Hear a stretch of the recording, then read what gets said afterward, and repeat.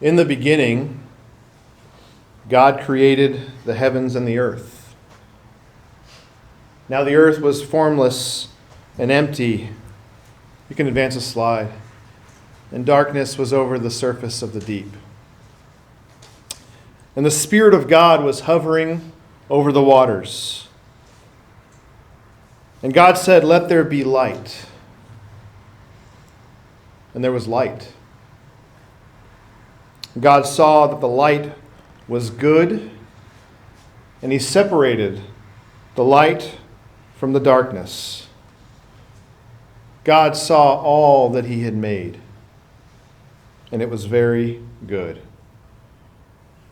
Church, those are the first and the very last words of the first chapter in the entire Bible, there in Genesis chapter 1, that in the midst of darkness, God first created light.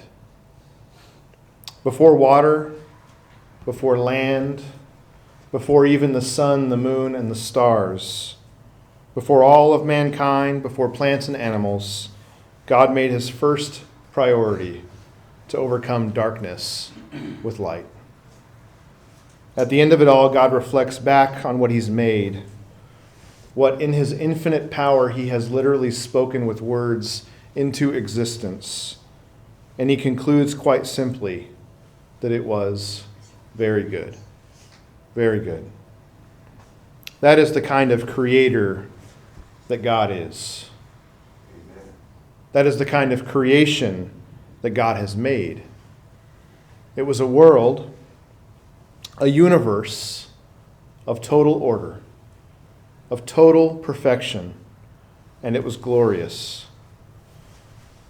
The psalmist tells us that the heavens declare the glory of God and the skies proclaim the work of his hands.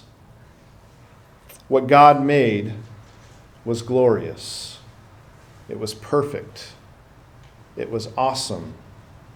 And it was pure. And there in the midst of a perfect creation, we read how the Creator bends down and with his hands he literally forms from the dust of the ground man. And he takes man and he breathes the breath of life into his nostrils. What I want you to see is so special was this creation, this relationship that God had with mankind, that early in Genesis 3 we get this glimpse of God with man, as God walks in the garden in the cool of day, as God walks in the garden in the light. And yet here in Genesis 3 we get our first glimpse that something wasn't quite right. As God calls out for man, "Where are you?" Man replies, "I was afraid because I was naked, and so I hid." I have a cat who likes to hide too.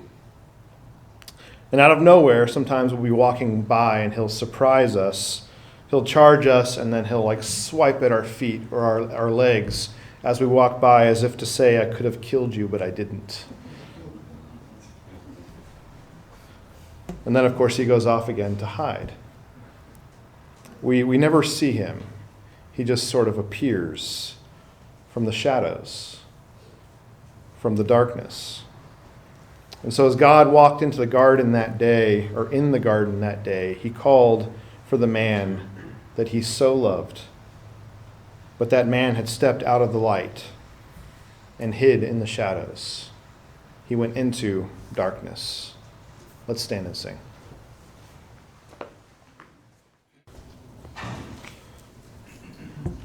By the third page of the Bible, that which had been made perfect was already coming undone. That despite the beauty and the perfection of all that God made, a simple lie between a serpent and these two men, these two human beings living in this beautiful garden, was about to destroy everything. You will be like God. You will be like God. Those 5 deceiving words pierced the heart of humanity in an instant and unlocked a deep desire within the flesh of every human being who would follow. It was a desire for autonomy. It was a desire for greed. It was a desire for power. It was a desire for self, for me. And so in the garden that day, Adam and Eve, man and woman, tried for something that we've all been trying for unsuccessfully throughout all the ages. Can I love God and self equally? Can I do it both equally? And what they found was that we never, ever can. And so that day, all those years ago, that perfect and just God spoke up and said those words of justice that would change the course of time. For dust you are, and to dust you will return. Sin had entered the world, and with it, for the first time, death. And God would grant life, and now God would also take it. The Bible's clear about something. It says the wages of sin will always be death. In other words, what we earn from our sin will always be death. And so in the years that followed, those two truths would continue to play out in a multitude of ways. People would try to be like God, and people would die as a result of sin in the world. By Genesis chapter 8, God had flooded the entire earth, and all but one family would be eradicated in that act.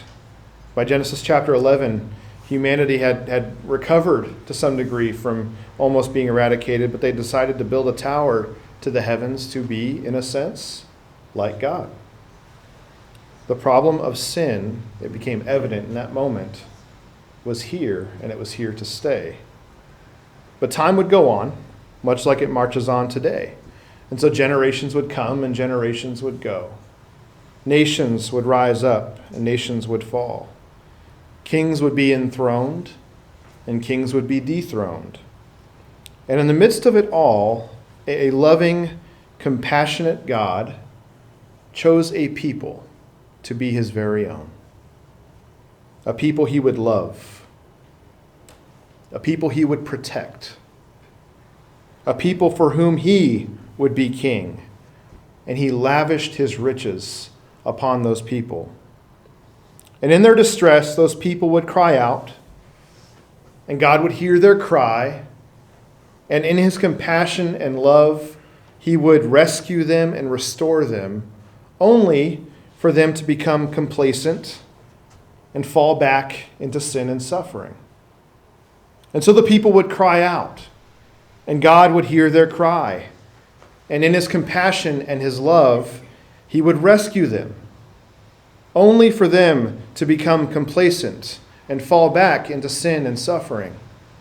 And so the people would cry out, and God would hear their cry, and in his compassion, God would rescue them, only for them to become complacent and fall back into sin and suffering.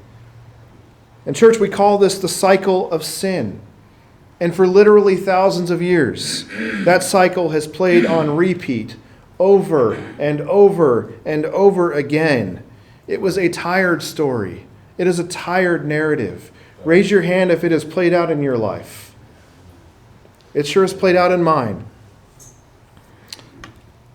And so as we've been talking about for the last 3 weeks, there reached a time when God looked at this cycle of sin and he had to say, enough is enough. Enough is enough. And so in his goodness, God had given his people, whom he loved, a land to call home. And in his justice, it could no longer be theirs. That it was time for them to move out. And so God raised up, as we've talked about, the Assyrians. And God raised up the Babylonians to come in and to conquer and remove his people from their promised land.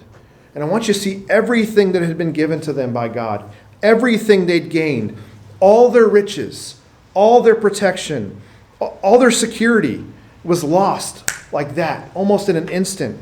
And so the last burning ember of candlelight that they had been blown out. And all there was left in that moment was darkness. Wow. Total darkness. Church, I want you to take a few minutes and reflect on your own life. Reflect on the 20 plus years of education that you have, all those years that you went to school and worked so hard to learn. Reflect on the decades of hard work that some of you have put in to build a life for yourself. And when you've captured that moment, all those things that you've done throughout your lifetime, I want you to now imagine what it would feel like to lose all of it. That car that you love so much, repossessed. That house that you've worked so hard for, foreclosed. That job that you love, fired. Those kids that you've poured everything into, shunned.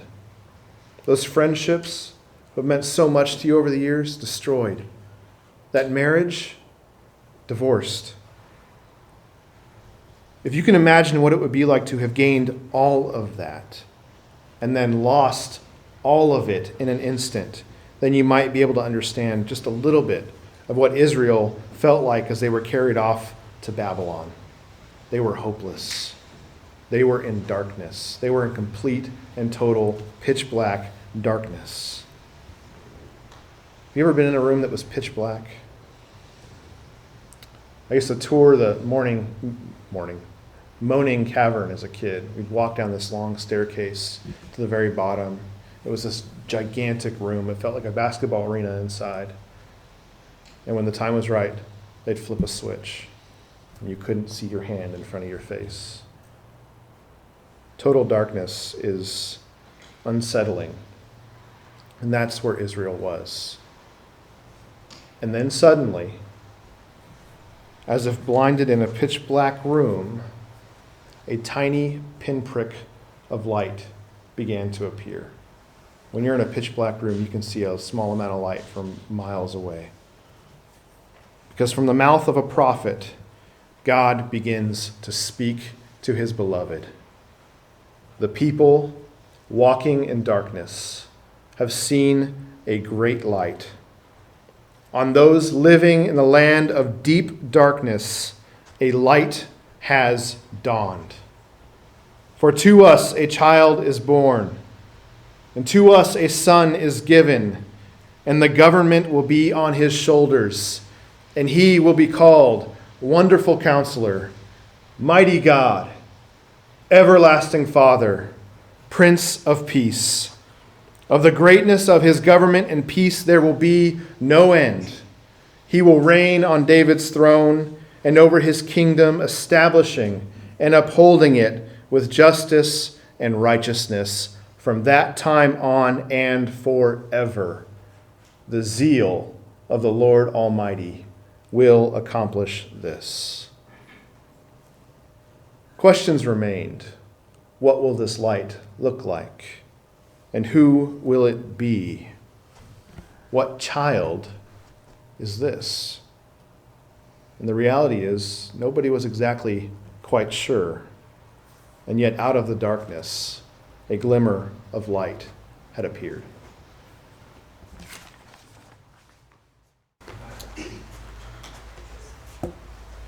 Church, as the years marched on from Isaiah's proclamation of a future child, God would raise up more prophets, more people who would speak to what God had in store.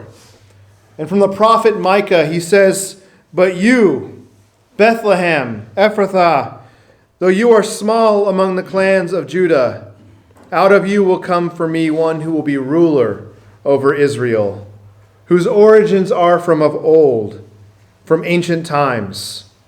Therefore Israel will be abandoned until the time when she who is in labor bears a son, and the rest of his brothers return to join the Israelites. He will stand and shepherd his flock in the strength of the Lord, in the majesty of the name of the Lord his God, and they will live securely. For then his greatness will reach to the ends of the earth, and he will be our peace." Amen. I want you guys to imagine, in light of everything that we've talked about, just how important these words would be to you if you had lost everything that they had lost, if you had felt abandoned, like these are words that you would stake your entire life on. These are words that you would wait on patiently. You would wait on expectantly. You would wait on in hope. According to the Gospel of Matthew, there were 13 generations that followed God's people being removed from their land. There were 13 generations of waiting, 13 generations of hopelessness, of darkness, but it only took one moment for light to enter the darkness. That's right. Light always overcomes darkness. Amen. And so as the angel Gabriel appeared to a virgin girl named Mary, his words were few, but those words would change the course of human history. Greetings, you who are highly favored. The Lord is with you. Amen. Do not be afraid, Mary. You have found favor with God. You will conceive and give birth to a son, and you are to call him Jesus. He will be great, and he will be called the Son of the Most High. The Lord God will give him the throne of his father David, and he will reign over Jacob's descendants forever. His kingdom will never end. Amen. Never. And so in the months to come, Caesar would call for a census that required the people to travel from where they were to where they had grown up, from where they were living to where they were from. And so as Joseph and Mary were living in Nazareth, that would require them to travel to Bethlehem to register, which is something like a 4 to 5 day journey. Now chances are you know the rest of the story quite well. With no room in an inn available, Mary would give birth to Jesus. She would place the baby in a manger. Shepherds in a nearby field would come at the nudge of an angel to give honor to the arrived Messiah. On the 8th day, Jesus would be presented and circumcised at the temple, as all Jewish boys were, where he would be prophesied over by 2 prophets, a man by the name of Simeon and a woman by the name of Anna.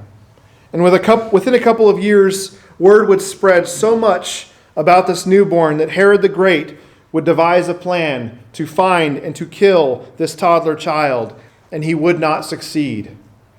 From a faraway land, the Magi would come to Bethlehem. They would bow down, they would offer gifts, and they would worship their long-awaited king.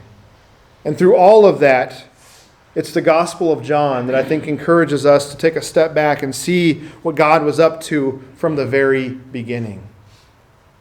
In the beginning was the Word.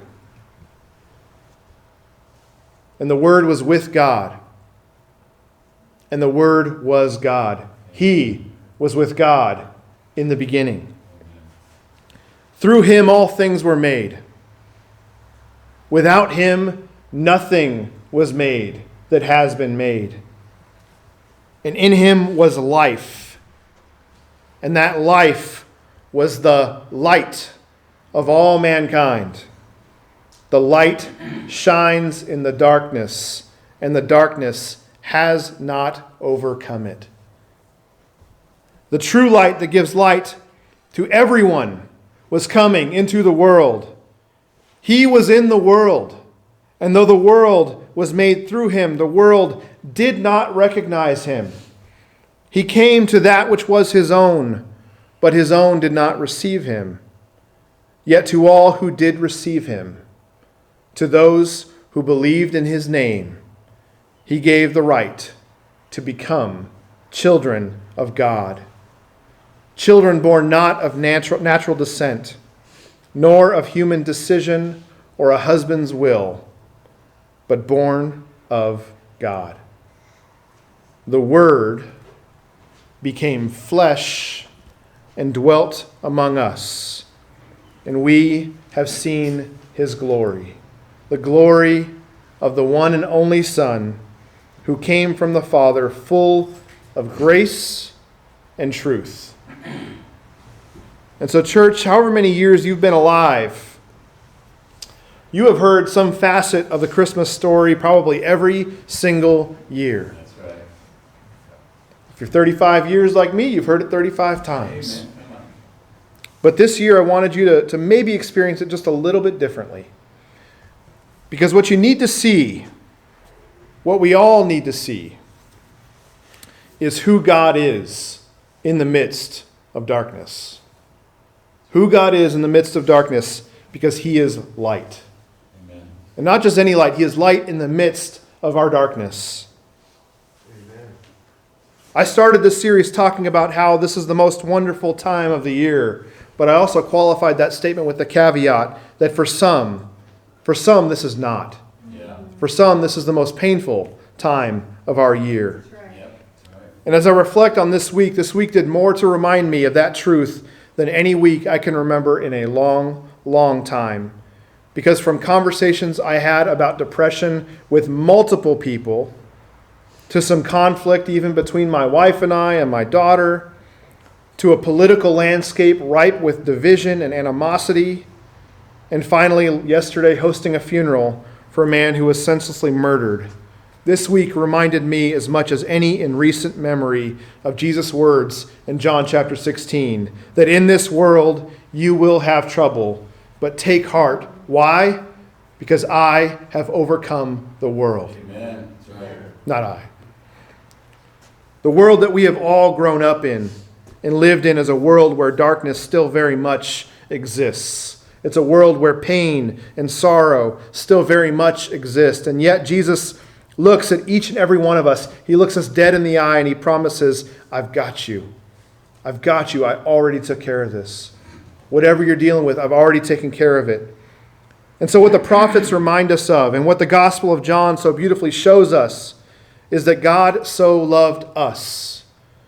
God so loved you, that he'd implemented a rescue plan for you before the very beginning of time.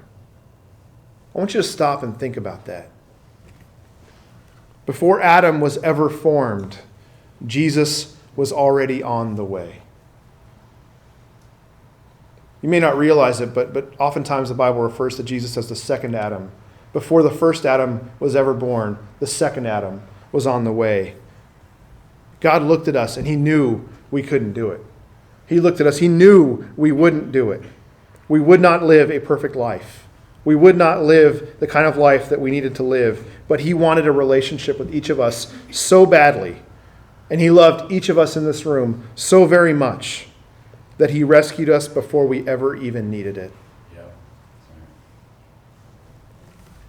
And he put the punishment that you deserved and that I deserved, that we all deserved, and he put it onto his son so that we wouldn't have to. I was talking with Paul this week, and he was telling me a story where some friends asked him who killed Jesus. And I thought his answer was beautiful. I did. I did. It was my own sin. Your own sin that put him on the cross. It was sin that caused Adam and Eve to hide. It was sin that brought darkness into the world that we live in. And it was Jesus who overcame all of it as the light that we could not provide. When I was 16, I used to do dumb things. Raise your hand if you did dumb things at 16. Still do. Raise your hand however old you are if you still do dumb things. Hands and feet. So I lived in a town that was about 30 minutes away from where I worked and where I went to school, and there was a lot of farmland in between. I'd leave the city and go out to this town called Waterford. So there was like 10 or 15 minutes of driving through the country and farmland that I'd have to go through. And so late at night, I would leave my pizza job, and I would drive home from work, or I'd leave Tiffany's house, and I'd drive home from her house. And sometimes I'd wonder what it would be like to drive in the dark. And so I'd reach over in the middle of farmland, nothing else around, and I'd click that little lever 2 clicks toward me, and I'd turn off my headlights, and I'd drive in the darkness. I wouldn't do it for long, just long enough to scare myself, long enough to remind me that a life spent in the dark is no life at all. And so I love that apart from a Christmas tree, When we all celebrate Christmas, the most significant thing that we look to is a light. Wherever you are, there's lights all over the place. Different sizes and different shades, because it is light that Jesus introduces to each and every one of us, to you and I, that he is the light who brings hope. He is the light who brings joy and peace and love. And so today, church, this morning, as you reflect on your own life, how would you characterize your life in light of the Christmas story? Would you characterize it as a life with Christ or without Christ? A life in darkness or a life in the light found only in Jesus? Because that is the life that Jesus invites all of us to. That's the life that Jesus invites you to today. That in our hopelessness, Jesus is our hope. Amen. In our despair, Jesus is our joy. Amen. That's right. In our conflict, Jesus is our peace. That's right. Amen. And in our loneliness, Jesus is our love. Amen. Whether you realize it or not, God has been after you for a very, very long time. Before you were ever a twinkle in your mother's eye, Jesus was after you. He wanted you. He's been pursuing you. And so the darkness in your life, whether you realize it, was eradicated on the cross before you ever even existed, if you trust in Jesus. And so my question for you this morning is, do you? Do you trust in Jesus? Not just do you believe in Jesus, that he walked on the earth. Do you actually believe Jesus? Do you trust the words that he said? Do you trust the power of the cross? Do you love Jesus? Yes. Thank you. Amen. Austin gets it.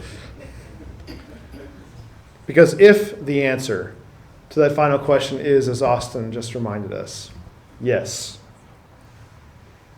If it's that answer, then let me ask you this. Have you given your life to Jesus? Have you? Because he gave his for you. He gave his for you. Will you give yours for him?